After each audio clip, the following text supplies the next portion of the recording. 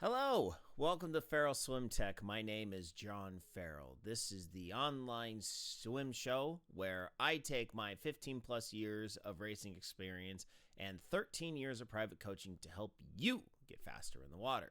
So today we have another stroke technique analysis to do. This is for Facebook user Emily, and she is from the Great White North of Canada.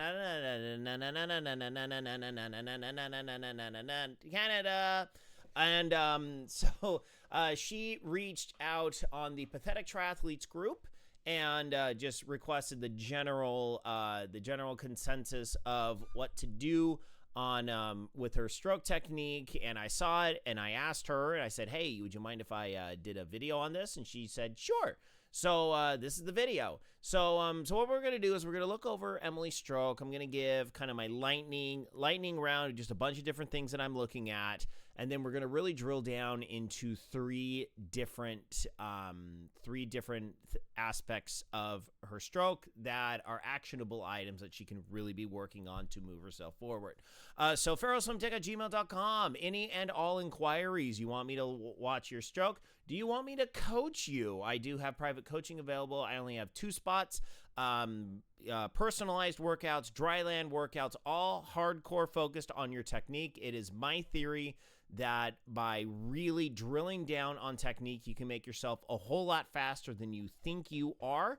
And I'm here to help you get that. So 2 check-ins a month and a full month worth of workouts, $100 per month. This is a brand new trial thing I'm testing here at Farrell Swim Tech. So if you're interested, farrellswimtech@gmail.com.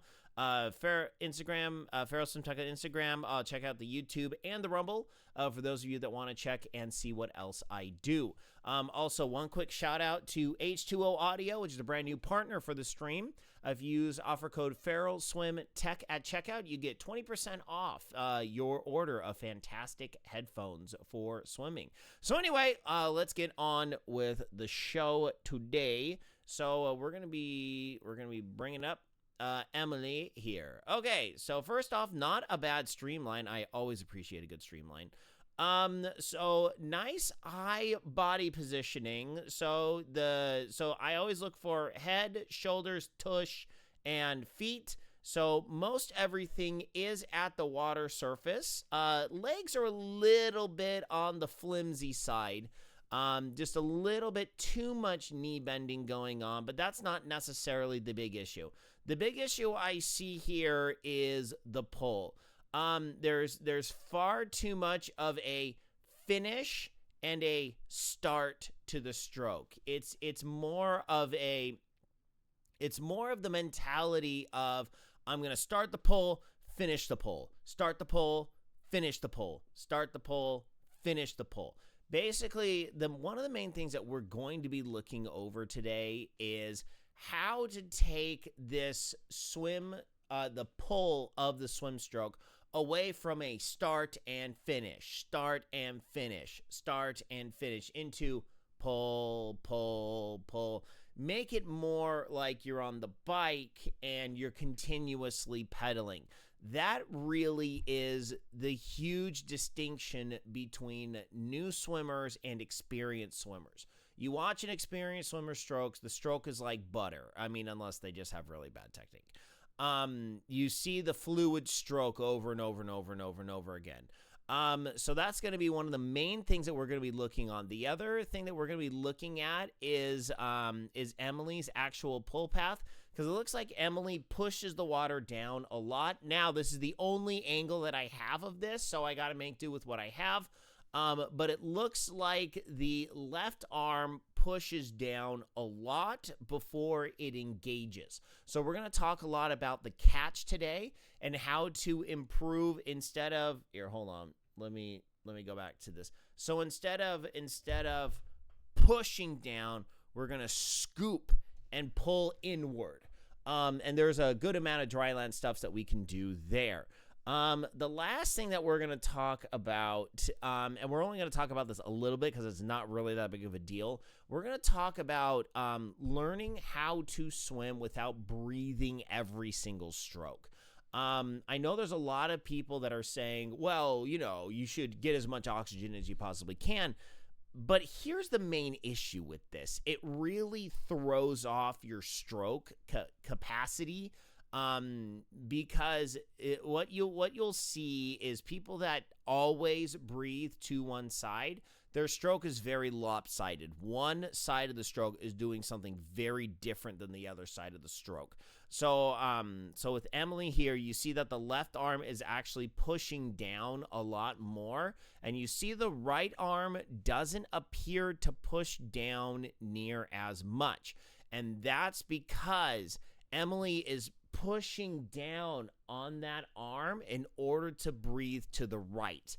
So we're going to talk a little bit about breathing and how to fix this mechanically so Emily isn't pushing down with the shoulder in order to breathe to the side, okay? All right.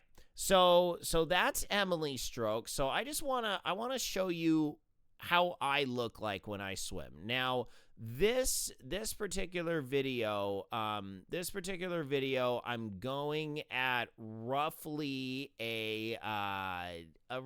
about, but anyway, I can't remember the pace. But basically, so we're going to first talk about smoothness of stroke. So what we need to realize is that the arm comes back and it immediately comes forward. So I'm engaging the water. I finish the engagement, bring the arm back forward, and then immediately start engaging the water. I'm not into the pull phase, but I'm engaging the water right when the arm gets back to the front. So this is kind of my cruising phase. The only thing I would say about myself is that the kick is a little bit too big. But you see, as I'm pulling, I'm grabbing that water and moving it backwards. You see that the arm does not go very deep. Oh, it doesn't go insanely deep. So, enough about me. Let's talk about Emily, okay?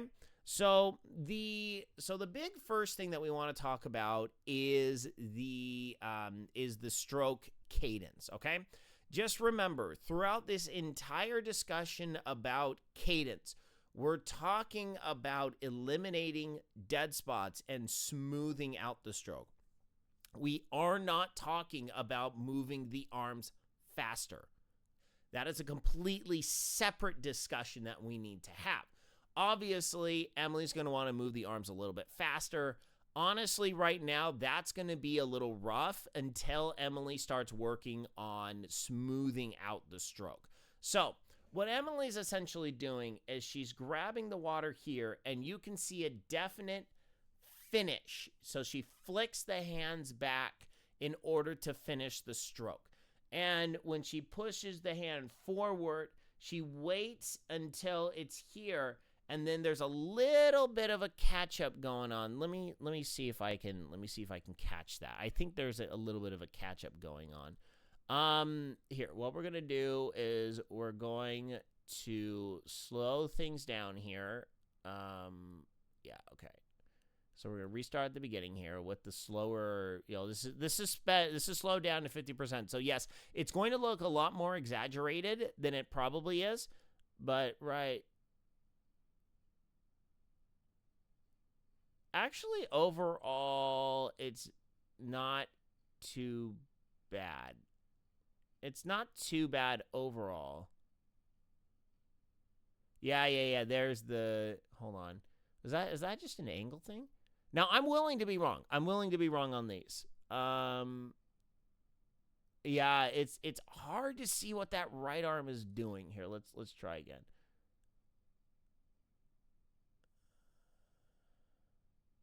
Yep. There's definitely a catch up there with the right arm. Yep. That's what's happening. Okay. Yep. My suspicions were confirmed, which is okay. So there's two aspects to this whole idea of smoothing out your stroke, where when we push back, we want to start the opposite arm pulling right when we're doing the recovery. We want to be able to push here And then as the elbow comes up, the other arm is coming underneath the water. This actually allows us to get a really nice body rotation because we're gonna have one shoulder dipping into the water and one shoulder coming out over the water. So this allows us to be able to get that shoulder rotation in very nicely. However, what we wind up not doing is this and then this, okay? So what this is called, this is generically called a catch-up stroke, where the other arm is catching up before we take the other pull. Now, why is this not good? This is not good because it creates dead spots within our stroke. Dead spots are defined as areas where we're not applying acceleration into the overall system that we have.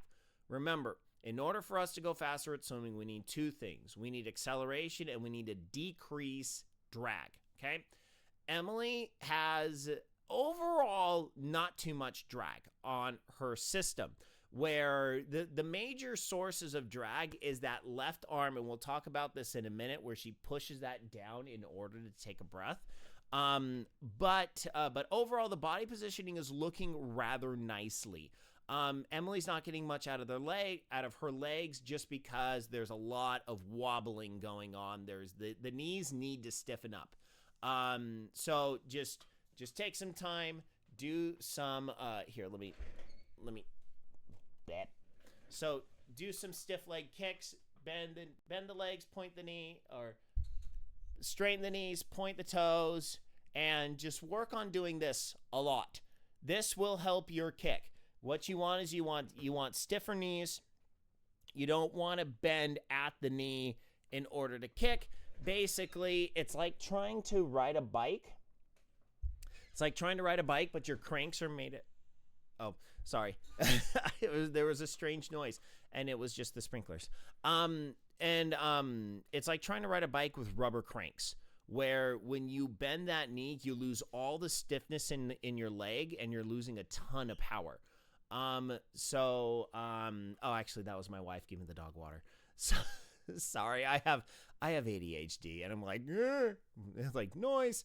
So yes, back to the smoothness of stroke. So we want to train our body to be continuously moving our arms in one shape or fashion. So what I'm going to do is I'm going to take a step back. We're going to switch over our mics. And so then we're going to go over a dryland regimen that you can do to really work on this. All right. So let me get this higher. There you go. All right.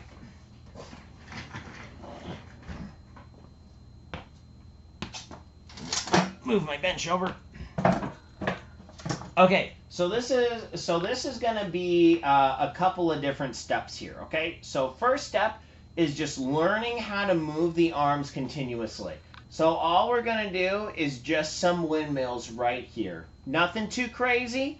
All we're doing is we're training the mind. Oh, yuck, autofocus. I'm sorry. Give me 1 second here.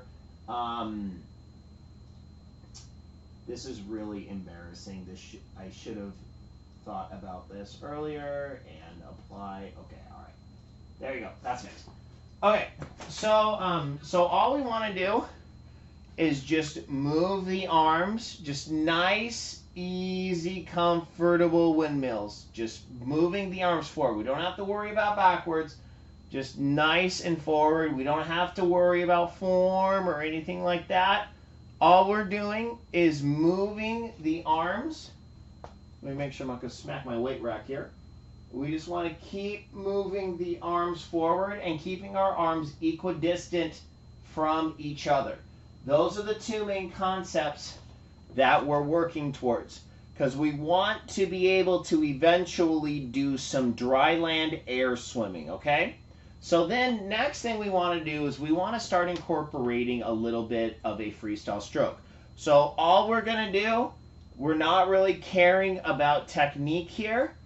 all we're doing is just moving the arms without stopping, okay? We want to avoid doing this, and we want to bring the arm back here and bring it back forward, okay? Here, here, here, okay? So we want to keep the arms equidistant. We want to avoid doing this. We want to keep the arms, one arm's pulling, the other one's recovering, okay? So that's round 2, and I guarantee you it's going to wear your shoulders out. So this is a really good way overall on dry land to help develop your shoulders a little bit. Helps you with longevity and injury prevention. So, final thing we're going to do is we're actually going to swim upwards. Because remember, at the end of the day, we're actually swimming upwards into the sky. Because when we reach up, we're actually reaching towards the end of the pool. So what we want to do as our final thing is we want to reach up, push down, push down, push down, push down, push down. Okay? So this also will help you, Emily, with the next piece of the puzzle, which is avoiding this push down. Now, what I saw before was that when you take your breath, when you're breathing to your right, you have to push down in order to get that shoulder rotation in. That's actually not really what we want to do. What I'm going to do is I'm going to swap over to the side camera. And I'm going to get on the bench and I'm going to show you what's going on here. So what Emily is doing, hold on, let me move my balance board there. So what Emily is doing is in order to rotate onto her side, she's pushing down the hand, so that's opening up the shoulder. So that's how she's able to get the rotation to get onto the side. We don't want to do this for one main reason. The further we push the hand down, without pushing it back towards us, there's drag forces accumulating on the arm. So the further this arm goes down, the more of a break it is as you're trying to move forward. So what we want to do is we want to shift our thinking from pushing the shoulder by pushing the hand down into rotating while our hand is extending, okay? So that's the main issue of what Emily is doing. So but let's talk about that catch while we're here so that I don't have to shift the camera again. Let me shift this back a little more. There we go. So, basically, Emily, with the left hand, Emily is pushing down like this. We need to scoop that hand as opposed to push. Scoop the hand. So so just like I showed before, this is reaching up to the ceiling. This is reaching my hands down to the floor. So what we want to do is we want to reach up towards the ceiling, grab a brick, and we want to push it down. Okay? So you see my right hand here, we're grabbing the brick and we're pushing it down. We want to create about a little bit more than a 90-degree bend with our arm. And the key here is the bicep and the tricep. As you push, you're going to engage the bicep and the tricep. That's going to help lock your arm in that 90-degree angle-ish. And then you're going to push down. Now, some of you may be saying, well, 90 degrees isn't the optimal. Okay, we're getting in the ballpark here to start. Then we can start messing around with where the hand is. But the difference between the hand extended all the way down and getting it into about a 90-degree bend is a huge, huge strength benefit overall for the system. So we want to remember, grab a brick, push it down, and then continue it pushing all the way to the floor. We're avoiding this, and we're doing this instead. Scoop, scoop, scoop, push. Okay? So if you can get a bench like this is the easiest way to work on this. You're just going to reach your hand over your head, grab, and push. Grab and push. Okay? So we're going to switch to the normal camera. I'm going to switch back to here. And boop. All right. So here's how to start working on your stroke from the dryland perspective. Okay. So first thing you want to do, reach your hand out in front of you. Bring your hand here. Your hand should be somewhere, coming towards the inside. We want to avoid pushing towards the outside. For two major, we want to bring our hand just a little bit towards the inside. We want to avoid pushing it straight down, and we definitely want to avoid coming outwards. We want to do this for one main reason, and the reason is getting our arm in the right position, and it has no other choice. Okay? If I bring my arm out here, that's going to make me want to pull all the way out here. That's like trying to do a pull-up with very, very, very wide arms. You're going to be using very weak muscles. It's extremely hard to do pull-ups for the average person unless you do a lot of training like this, okay? Now, reaching with your hand straight down, that's going to promote the long arm going straight down. Where if I do this, here, let me actually face the camera so the mic's going to pick me up better. So if I bring my hand straight down and I follow it, you're going to do what I call the half moon pull. You see how my fingers, if you push down with a straight arm, your arm is basically making a half circle or a half moon. You don't want to do this. And the reason why is because we're trying to do pull-ups with straight arms. Those are muscle ups, and only crazy people who do CrossFit do that. We don't do that here because we're not crazy, right?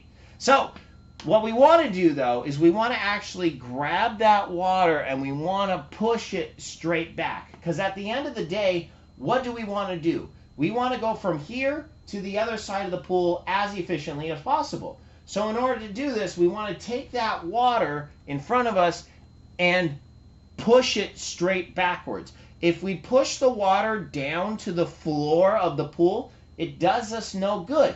If we push the water out to the side with a wide pull, also does us no good. And if we cross our body and push that water to the inside, it also does us no good. So we want to push the water from the top of our body to the bottom of our body. Top to bottom, okay? So that's the main gist of everything. And so the first idea is scoop and then put your hand to your belly button, okay? Scoop, push, okay? Scoop, push, So that's how we're going to want to be working our arms for the first half of the pull. So your first round of this is going to be scoop, push, all right? So in the second round is going to be reaching up, and you're going to do that same scoop motion and then bring it right about here, okay? So you want to be about here, going to look at your arm, see if it's at about 90 degrees, engage the bicep, engage the tricep, lock that arm here. So as you're pushing down, you're going to be engaging both sides, get your arm to about here. Push to here, finish the pull, okay? So this is how you're going to work on what's called your pull path, all right? And then just do the same thing with the opposite arm. So at the end of the day, we want to be coming at about here, here, here, here, okay? We want to avoid pushing down and then grabbing it all the way down there. Just the further from your vertical line that you go, the more resistance is building up on your arm, completely slowing you down every single stroke you take. Lift that arm, you're going to reduce the drag forces, you're going to carry that momentum every single pull a lot better. So the final thing that we're going to talk about is the body rotation to breathe. So like I said before, which kind of carries over from the last discussion. First thing that we want to do is avoid pushing that arm. But why was Emily pushing that arm? I contend it's in order to push and rotate to get onto the side to take the breath. Now, about breathing every single stroke. You don't need to breathe every single stroke. Swimming is the weirdest. It breaks all the norms of the other two disciplines. The other two disciplines that we have in triathlon. Number one, you actually hold your breath. Okay. In cycling and running, typically it's in, out, in, out, in, out. Okay. So we're breathing in and out constantly. In the water, we don't necessarily do this. You know, we wind up, we take our breath, and then usually you're supposed to exhale it out underneath the water. So I can't tell if Emily's doing this or not. I'm going to assume that she is. If you're not, that's what you do. You take breathe in when your face is out of the water, breathe out when your face is in the water. You can make bubbles all day long as you have the capacity in your lungs. However, I highly recommend against breathing every stroke, especially during training. Now, if you're in a race, you got to breathe every stroke. Hey, you got to do what you got to do. I'm not going to tell you to hold your breath and then pass out and then DNF. I'm not going to tell you to do that. That's stupid. Don't do stupid things. So, during training, however, I feel as though breathing every 4 strokes is going to be your happy place. Why? That gives you a full stroke rotation of having your head nice and neutral, able to just swim a couple strokes without just totally wrenching your body to the side to take a breath. So Emily, I highly recommend you breathe every 4 strokes. So breath, 2, 3, 4. Breath, 2, 3, 4. Okay? So what this is going to do is it's going to help center your head just a little bit, allow you that opportunity to work on your stroke form just a little bit, and it's only going to be a little bit of time, a little bit of extra time in between your breaths. Going to take a little bit to get used to, but I'm very confident you'll be able to do this. So what overall how should you take your breath? So the question is, how do we rotate 90 degrees in order to take our breath? So first off, we don't necessarily have to rotate the full 90 degrees.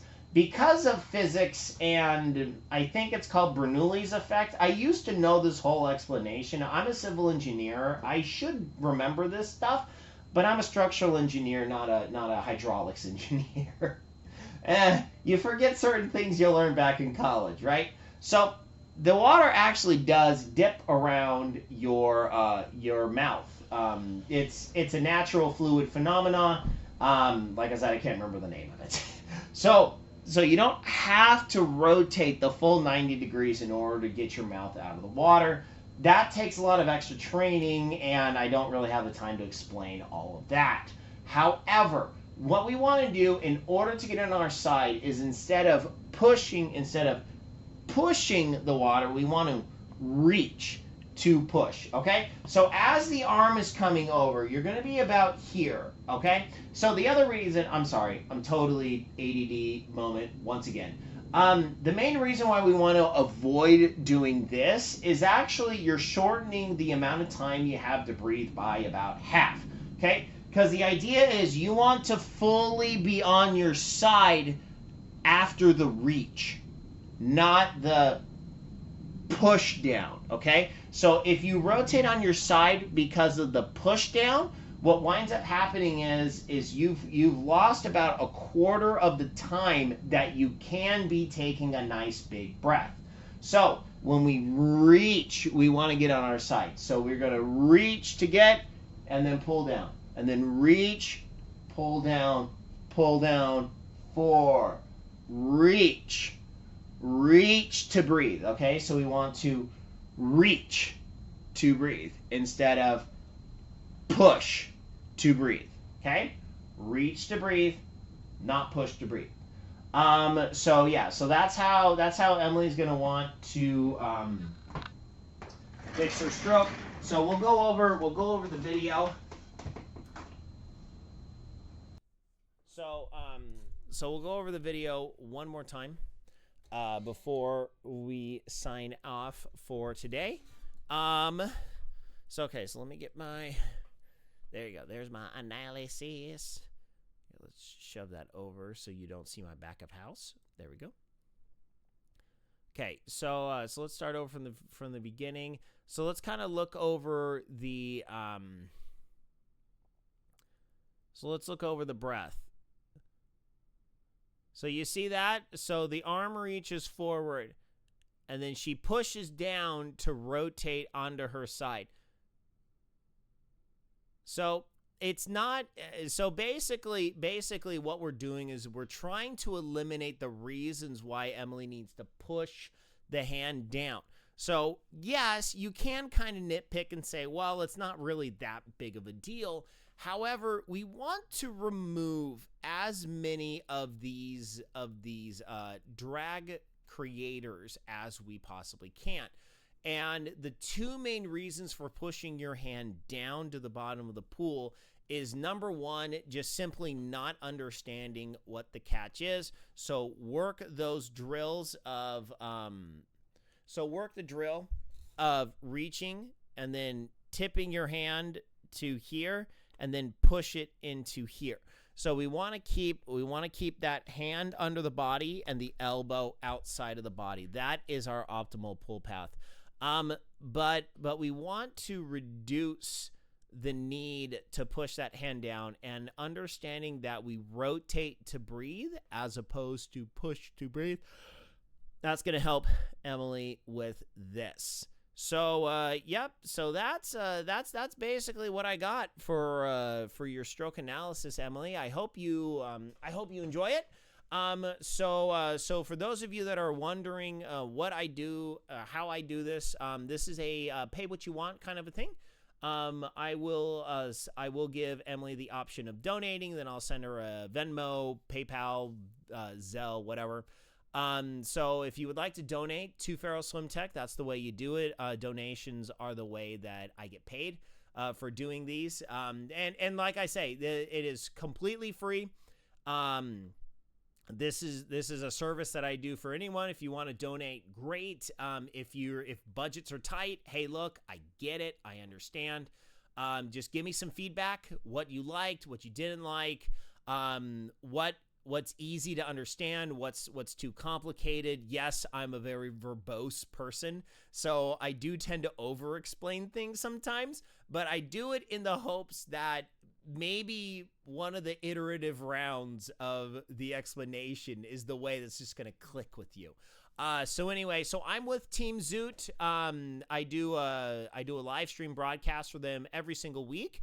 So it's one of the many awesome benefits of being a member of Team Zoot. However, if you want to catch my live streams, the recorded versions of the live streams, feralswimtech@gmail.com, Instagram, feralswimtech. I post very sporadically. I'm actually not that great at continuously posting.